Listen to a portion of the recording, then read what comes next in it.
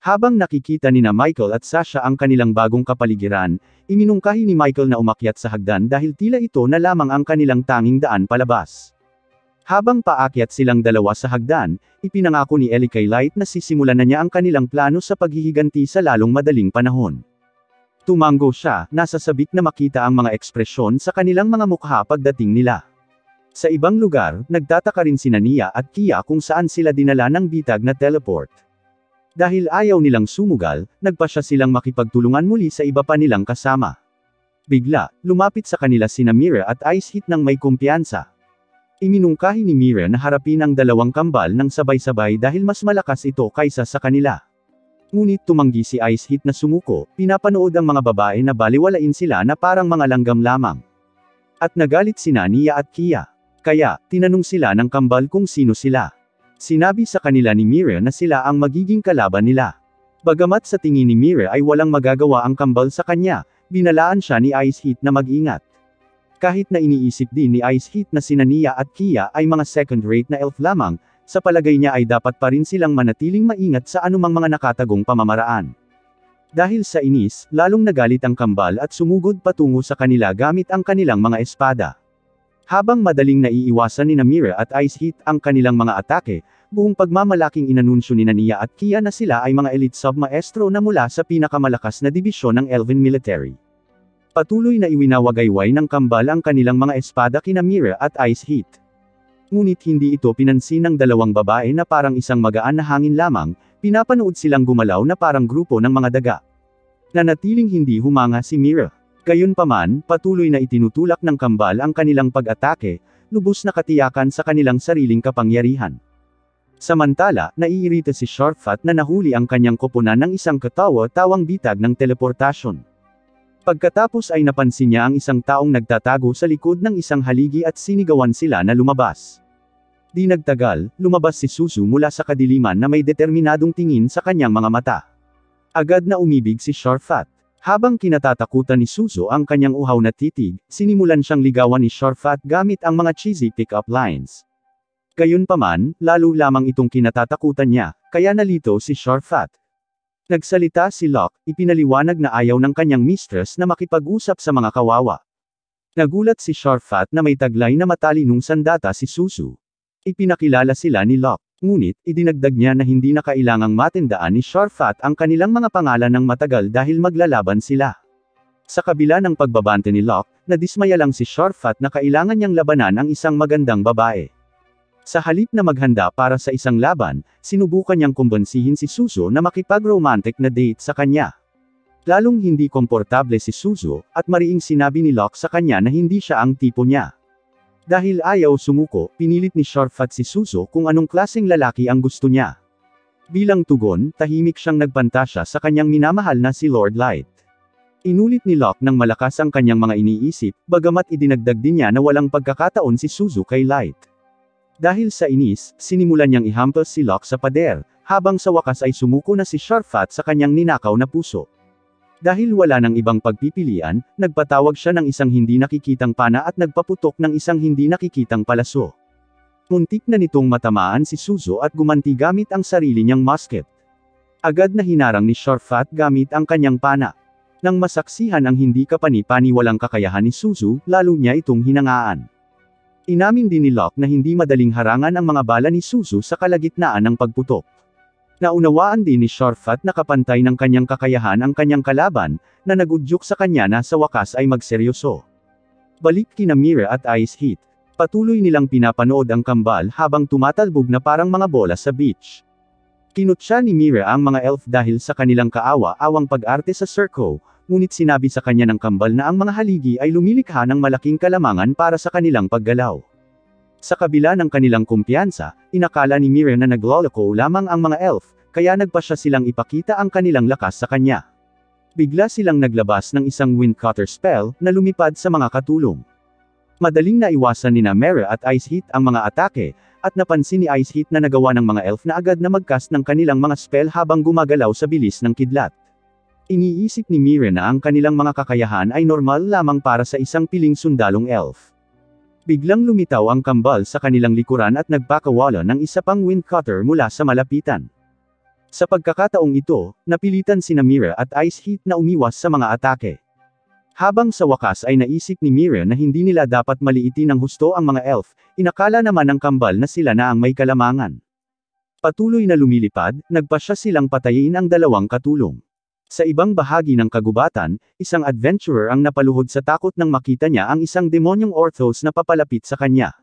Umungol at umatake ang halimaw, ngunit biglang lumitaw ang clone ni Light sa harap ng adventurer upang harangan ito. Nakilala siya ng adventurer, at tinawag ng clone ni Light sina Nemumo at Gold upang tulungan siya. Pareho silang lumipat sa harap ni Light, na nagbigay kay Gold ng pagkakataong maharang ang susunod na atake ng orthos. Sinaway siya ni Nemumo para lumayo sa kanyang daan.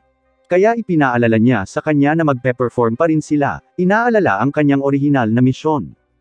Tumahimik siya. Pagkatapos ay sinimulan nilang itaboy ang mga orthos, na parang inililigtas nila ang araw. Samantala, pinapanood ng tunay na Light ang eksena mula sa tore.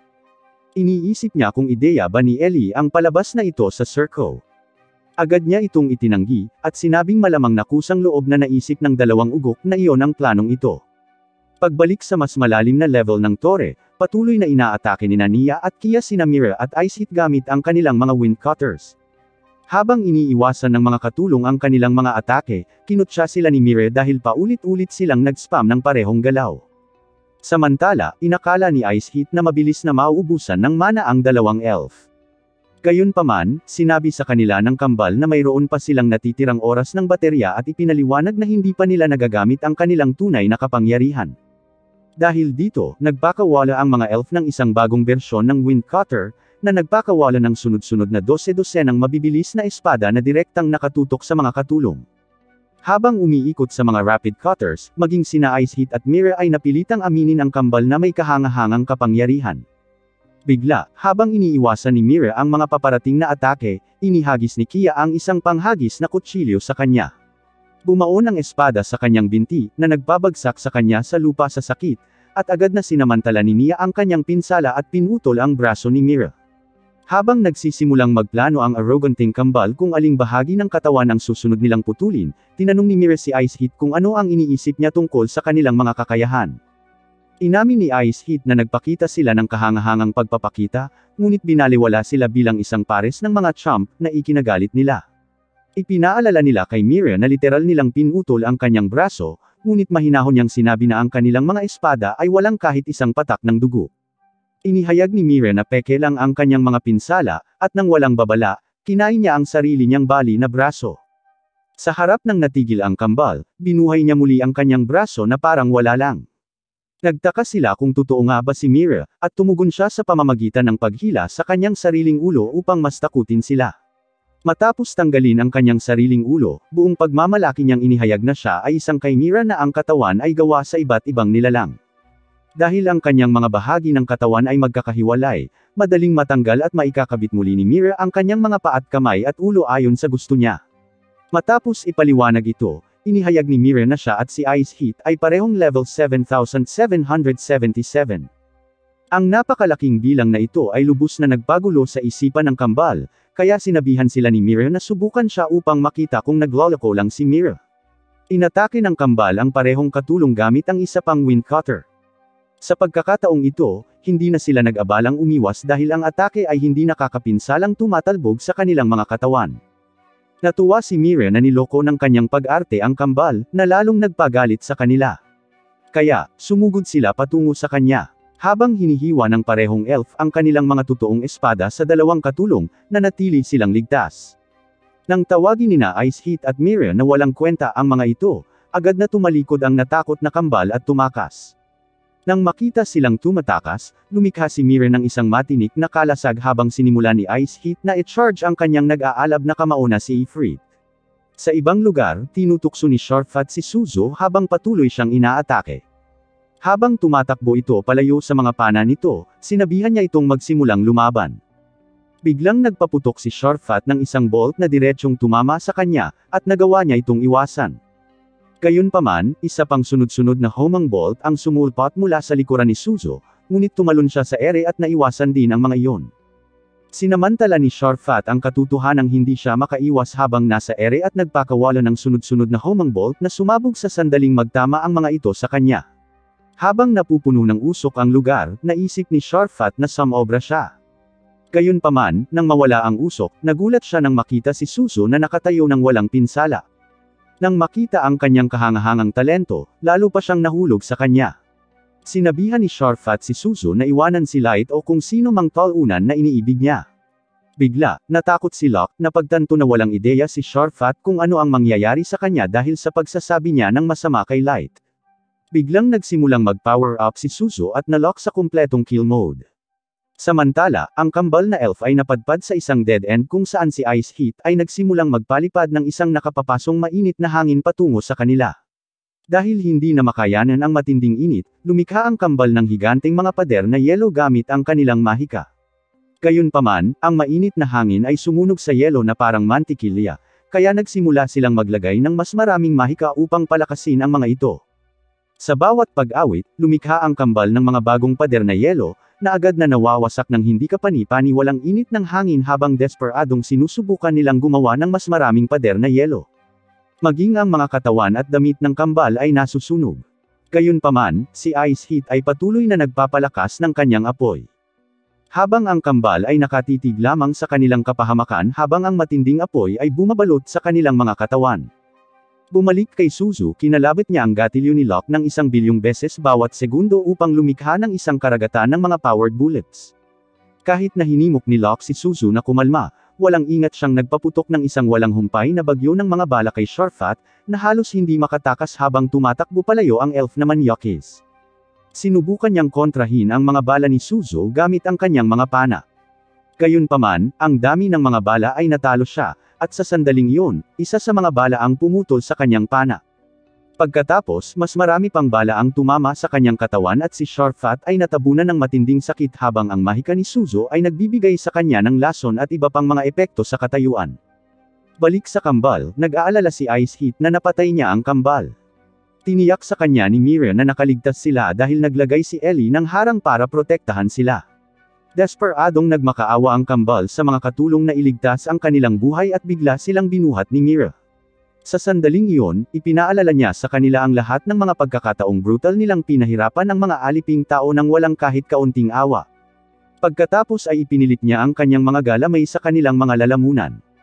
Sinabi ni Mira na inutusan siya ni Light na pahirapan ang kambal hanggat maaari habang kumukuha ng impormasyon mula sa kanila.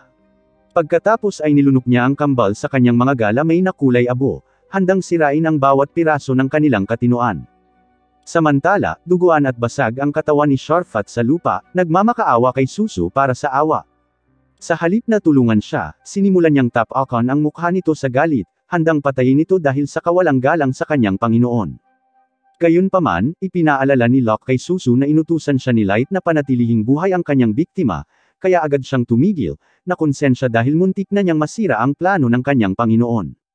Nagsimulang umiyak si Suzu. Samantala, tinanong ni Light si Ellie tungkol sa katayuan ni Sasha, at ipinaalam sa kanya ni Ellie na malapit nang makarating ang elf sa pinakamataas na palapag. Sa isa pang palapag ng tore, nakaharap ni Jack si Musk. Ibinunyag ni Jack ang kanyang hindi kapani-paniwalang level na 7,777 at sinabihan ang kawawang elf na sumuko na lang.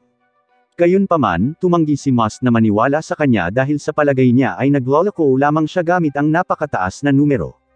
Dahil alam niya kung gaano kahina ang kawawang elf, inalok siya ni Jack ng pagkakataong sumuko. Gayunpaman, nanatiling tiwala si Musk sa kanyang mga kakayahan at ipinahayag na ibabalik niya si Jack sa langit.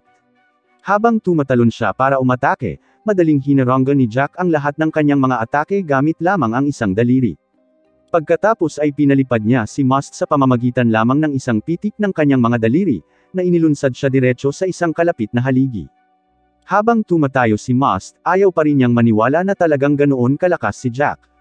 Ipinahayag ni Musk na hindi niya hahayaang may makahadlang sa kanyang tungkulin sa kaharian ng mga elf, at ang kanyang mga salita ay nagpaalala kay Jack ng kanyang mga baluktot na mithiin.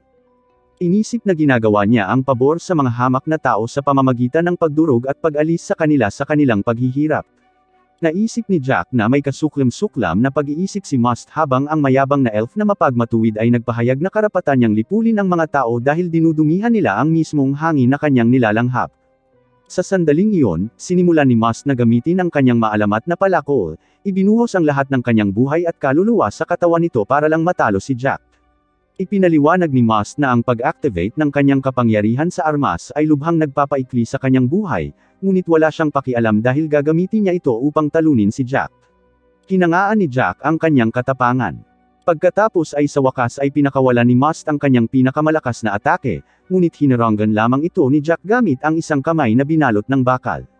Bigla, nagsimulang tumubo ang iron blood sa buong katawan ni Jack, na mabangis na sumigaw kay Must na dalhin ang lahat ng mayroon siya dahil ang kanyang matigas na balat na parang diamante ay hindi kayang tiisin ang alinman sa kanyang mga atake. Dahil nawala ng malay dahil sa nakakabaliw na sitwasyon, nag-alburuto si Must at sinimulang atakehin si Jack ng parang baliw. Gayunpaman, madaling naiwasan ni Jack ang kanyang mga atake at nabasag ang kanyang sandata na parang salamin. Sinuntok ni Jack ang mukha ni Must dahilan para lumipad ito pabalik habang ang elf na kabalyero ay nakahandusay ng walang buhay. Nanalangin si Jack na sana ay hindi ito namatay. Mabuti na lang at nakaligtas si Must na may 1 pulgada na lamang ng kanyang buhay, kaya nagtagumpay pa rin si Jack sa kanyang misyon. Sa ibang lugar, naglalakad si Captain Hardy, ang White Knight, sa sahig ng tore at lumabas si Nazuna upang salubungin siya, na sinasabing siya ang pinakamalakas. Diyan nagtatapos ang episode 10. Mag-like at mag-subscribe para hindi makaligtaan ang susunod. Salamat sa panunood.